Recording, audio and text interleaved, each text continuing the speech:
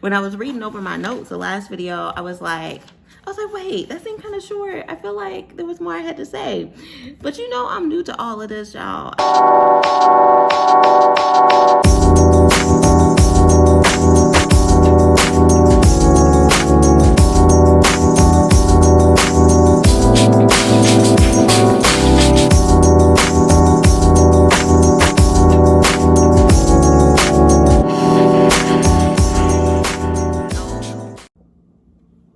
Hey, it's me again, Dina Barnes, here with part 2 of that customer service series. When I was reading over my notes, the last video, I was like, wait, that seemed kind of short. I feel like there was more I had to say. But you know, I'm new to all of this, y'all.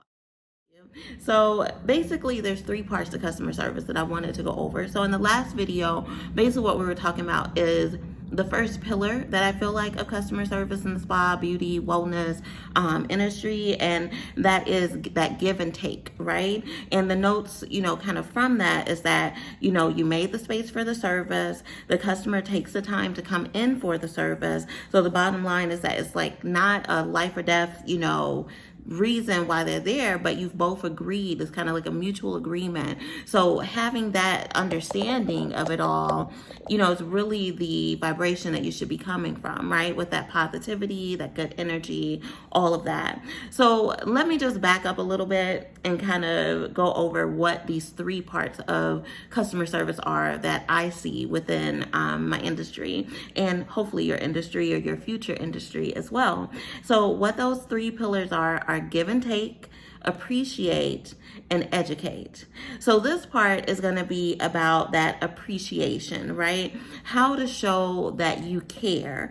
And there's a couple different ways that you can do that. Number 1 is actually going to bridge right into the point before, is that positive attitude. When your people know that you want to be there, and these are even your coworkers, right? These are also your clients, everybody. When everyone knows that you're happy to be there, then it helps them dig a little deeper for that happiness that they have to be there. Because the bottom line again is nobody has to do anything in this world, okay? We can do whatever we want to do, but for some reason we're choosing to do this work. So since we're making that choice, then what we owe to ourselves is that positive vibration, coming at it from the most positive mind state possible.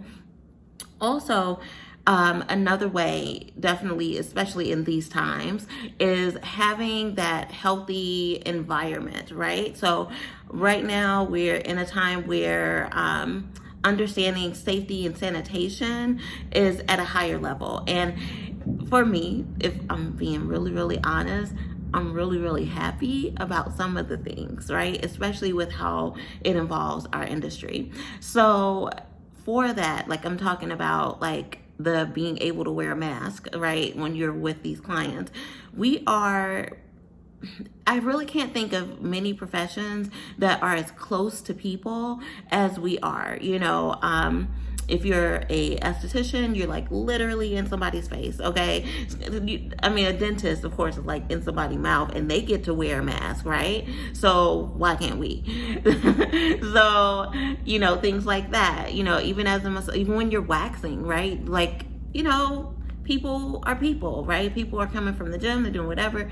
You don't want to be inhaling all of that, right? It's natural, but don't nobody want to deal with that. So yeah, I just feel like it's really nice, right, to be able to do that. As far as glove wearing and things like that, I feel like we were already kind of wearing gloves when we needed to or whatever. So that's not really too big of a change, but definitely that mask game is a game changer. Also, just kind of the reminder of our safety and sanitation standards. I would hope that all of you have, because this is the first thing that we learned in school, that all of you have been changing your sheets and wiping things down and spraying your headrests and all of those things. I think I am aware of some people who I've noticed slip up every now and then, and that's okay. That was okay. It's not okay no more. It's not okay no more, right? Because we don't want to take any chance at all, ever, of anyone having any spread, as they call it, of anything within our environments, right? So I'm super excited that that is like kind of the standard, so within our environment. So yeah, taking that time, having PPE available for your clients.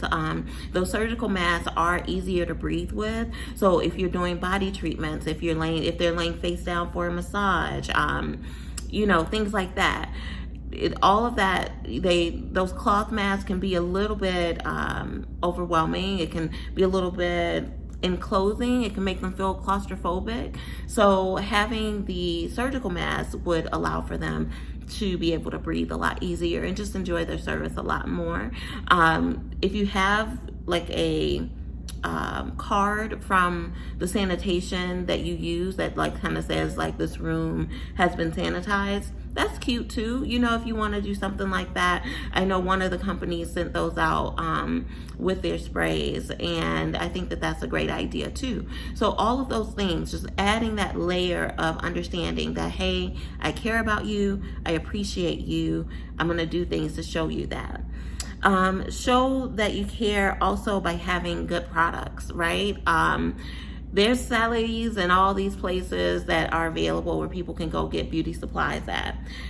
Ideally, you as a professional should not be going in there and getting stuff. I'm sorry. I know that they say that they're for professionals, but I mean, really, like, you can get, if you need to stop in there and get like some basic stuff, some quick re-up, you ran out of something real quick, ran out of a honey wax, whatever, and you got to do what you got to do, go for it. But don't take a chance on your client's skin by using low quality products. The bottom line is that the more the company can invest in the research, the chemical formula, things like that, the better that formula is going to be. So the more expensive that product is going to cost, right?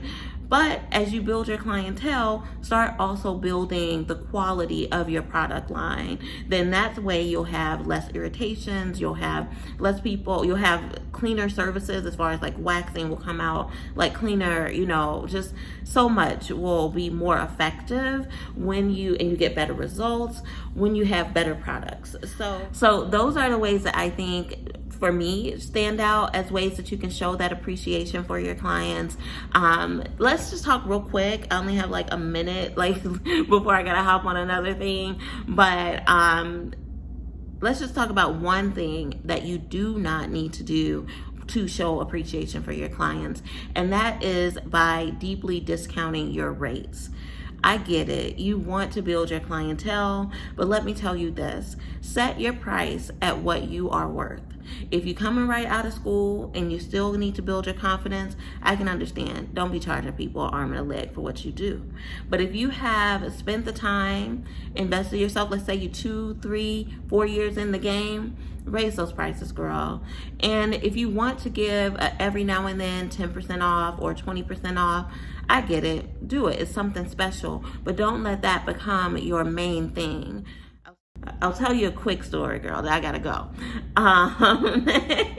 Look, when I tried my little spa suite the first time I tried it, I got some information from a friend of mine who was like, yeah, girl, you gotta, charge low to get them in the door and blah, blah, blah, and this and that. And I'm like, okay, I guess I'll try that, And so I put my services like on discount sites, things like that. But the thing that I noticed is that the quality of people that were coming in there were not the quality of people that I was accustomed to or that I wanted to have within my space. So, and they also weren't coming back. I listened to another friend who was like, oh, well, just keep offering that discount 2 or 3 more times and they'll come back. And I'm like, but they're like, it would be like I think it was like 2 people, maybe 2, 3 people that were coming back, but it wasn't like a lot of people. Like people were coming in for that discount and that was it. You know what I mean? And then when people went through there 2, 3 times and I would raise the price, they'd be like, oh girl, I don't know, that's too expensive for me. And I'm like, okay, well, it just felt like all things kind of added up a little bit wrong with that, taking that direction. So in the future, and plus I had invested in the quality of the products ahead of time because I knew my worth. And so I took my prices back up. I did start to get, you know, that better quality clientele. And yeah, things started to move forward from there. But that initial entry into it, girl, don't do that to yourself. Do not charge less than what you're worth. All right, appreciate the investment that you've made into the education. And we're going to get into that into part 3, is, you know, kind of all about the education and how that boosts your customer service. All right, peace.